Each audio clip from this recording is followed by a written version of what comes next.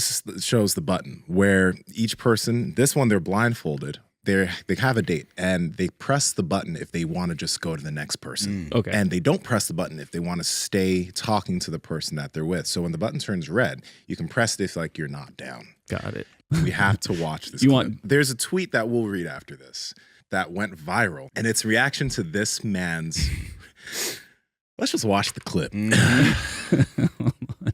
There we go. Hi, I'm Nathan. Hello. It's nice to meet you. It's nice to meet you. I'm Samantha. How are you doing today? I'm doing good. So, in terms of dating, what is something that is like an automatic deal breaker? I can be really chatty sometimes, and I've had a lot in my past where people will like, I'll talk about something and then they'll just cut me off. I need someone who will listen to me. What is something that you watch by yourself that's a guilty pleasure that you don't tell anybody? I mean, I watch a lot of anime.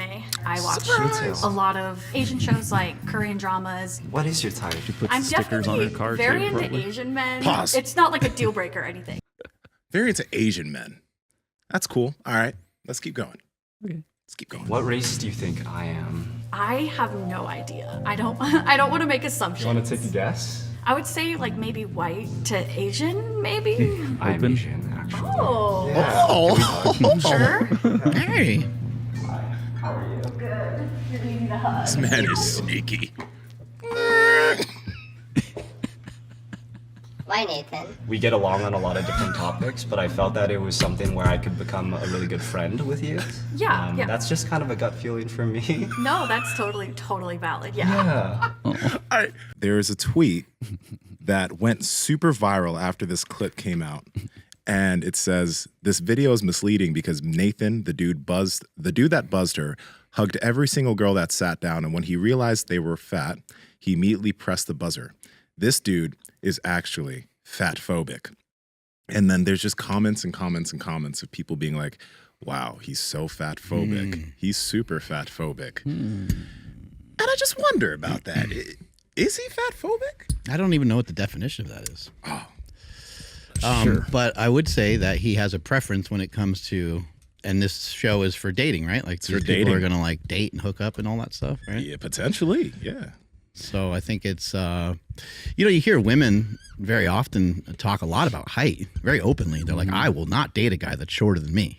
And they are dead set on that. Yes. And I think, just the shitty part about any of this is just that you could miss out on a really great person, but knowing your preference in the beginning and knowing whether you're attracted to somebody is really fucking important. It's an important part. If you're going to be with somebody for a long time. Yeah. Now, this is just dating. And maybe what would it hurt if you were with somebody for a couple weeks or months, experienced something different, and just had no idea that you could just fall in love and the person is not your ideal that you thought previously.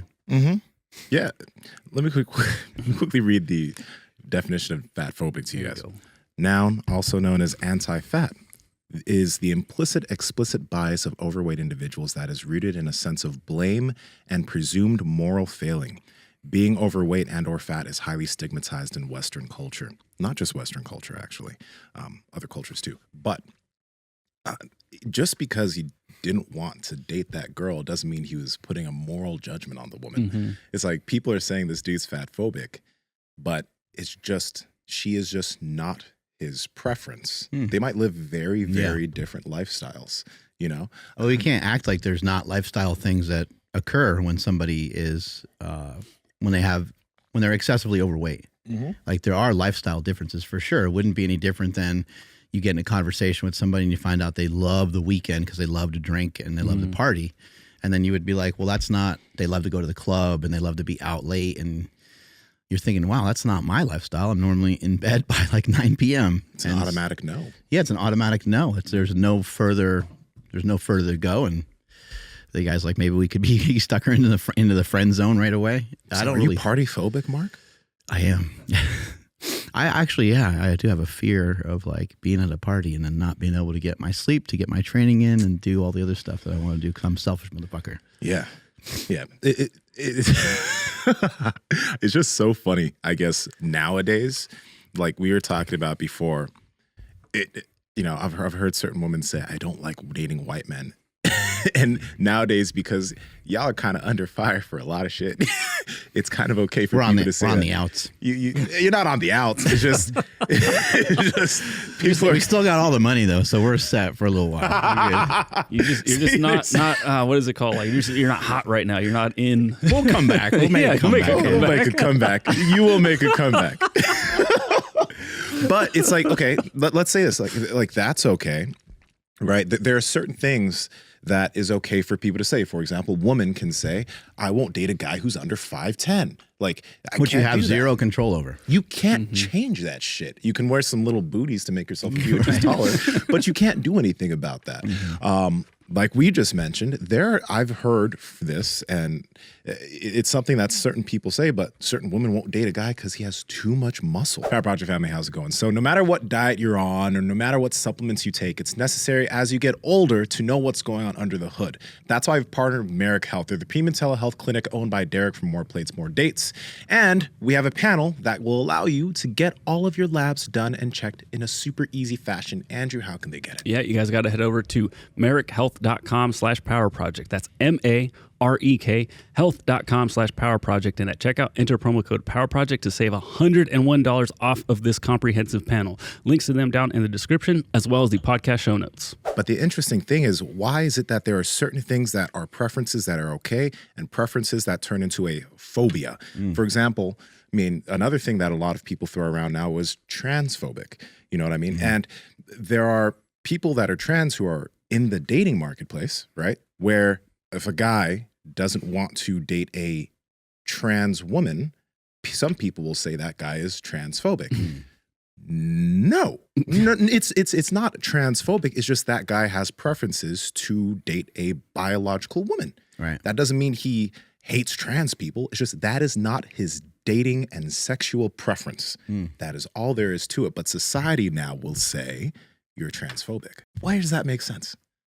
Yeah, I don't know. I'm trying to even just see it from the other side. I'm trying to see it from like that girl's side, you know, in the video. But like, could people come to similar assumptions if they hugged somebody and someone was too muscular? If they hug somebody and somebody is, you know, and quote unquote, like too thin, too muscular, Too skinny, yeah. too fat, whatever someone wants to say. But I think any of those things would be whatever your reason is to not open up the door to date somebody, I think it could be discriminatory. It could be racist. It could be this, it could be that, but that's your decision because you're trying to meet somebody that you can potentially be with for a while. Yeah. So why would you want to be with someone that you're not compatible with? It doesn't make any sense. For example, I wouldn't try to date some girl who, like, let's just say her parents just don't like black men. or because that's just a difficulty. You know what I mean? And I can't even. You're gonna have to act all white all the time. And I'm listen. I wouldn't even rush to say that those people are racists. I'm not going to rush to say that because some people would be like, oh, those people are racist. Like, no, let's say that they grew up around a bunch of white people. Their whole community was white. Their daughter is white.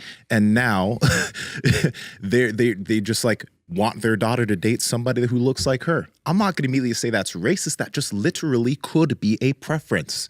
That's okay. Because again, like we just mentioned, I know Africans who would just love for their child to date another African, to keep the culture going and to keep that going to the next generation. Doesn't mean they don't like white people.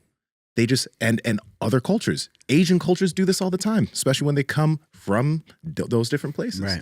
They have the preferences for their children. Doesn't mean they hate other races. They just want to keep the culture going. It might be different and it might be really hard for the entire family to deal with. Like hard for the family to deal with because of cultural differences. And maybe they're just, whether it's white or Asian or black or Jewish or like a religion. You see this a lot in religion. Somebody goes outside the religion and brings somebody else in. It's a big deal to the family. It's a cultural thing that's been embedded for many, many years. Yeah. And it's just different. And so it's easy for us to say nowadays, be like, oh my God, that's wrong. But I think, again, people have individual preferences. People are tied to their religion. They are really tied and married to their beliefs. And I think people will kind of always be that way. And they're not always going to be open-minded. Oh, that's great that you found someone that you love. They're not going to, most likely people are going to have some sort of judgment no matter who you're with, right? And with your parents, your mom, your dad, whoever you bring this new person home to, everyone's going to have an opinion of them. And if they're a different ethnicity, that's probably going to make things a little more complicated. Like it probably just is. I'd imagine. Luckily, most of the time. Yeah, luckily, my girl's family is all cool. But a girl that I did date, her dad did say, I like everything about Nsima. Oh, Jesus. I like everything about Nsima other than the fact that he's black. He literally said that. It was like, he's such a great guy. Just get rid of that. And honestly, when she told me, I was like, it's kind of funny. It's kind of fucked up. It's kind of funny. But this man came from another country. He wanted his daughter to date someone that was within the culture. I had to be able to understand that. You know, you can't expect somebody that has grown up in a other country around a bunch of people that look like them. They come to a country, they have a child, right? Their culture is in their blood. And then their daughter brings home a guy from a totally different culture. You can't expect there to be no discomfort. You would want there to be no discomfort, but you cannot expect there to be no discomfort. The man isn't a racist. He just wants something else for his family line. It's not comfortable. It's not the nicest, but it's not racist. And people nowadays are too quick to put a label on something, labeling this man fatphobic, labeling somebody transphobic, labeling somebody racist. Imagine being able to have an actual conversation with somebody. You know, it would be hard, right? Because somebody might think that you're mad or upset at whatever was said. But to actually have a conversation, say, hey, I wonder about that. Like, what? You like everything about me except for that I'm black. What does that mean? Like, do you have bad experiences previously? Like, is this something from your history? Is this something that you've been taught? You think you were born this way? Like, where does this come from?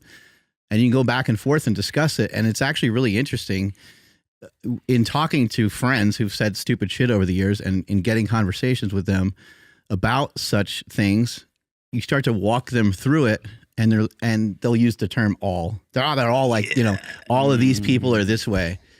And you say, well, what about so-and-so? Well, what about him? What about her? And what about, and they're like, well, not them. And then you're like, well, okay, well, maybe it's one of the good ones. Yeah. Maybe there's like differences within this culture, just like they're like for white people. I mean, we got shitty people all over the place, whether they're really wealthy or whether you have, like people that are white trash, with the fucking their boat and their fucking truck rotting in the front lawn type thing. Like, I mean, there's all kinds of like stereotypes and things like that. And they're not just stereotypes for no reason. We didn't pull them out of thin air. They're around and they exist for a reason. And so every culture has, some major differences. Yeah. And I think it would be cool to kind of get into more conversation with people and say, I want to learn more about your comment because is there something that we can like clear up? But I think they would think that you want to fight them. You want to choke them out. Hey, baby. I'm joking. Guys, like, comment, subscribe, and head to the Power Project Discord, all right? I know you enjoyed the video. Speak to y'all soon.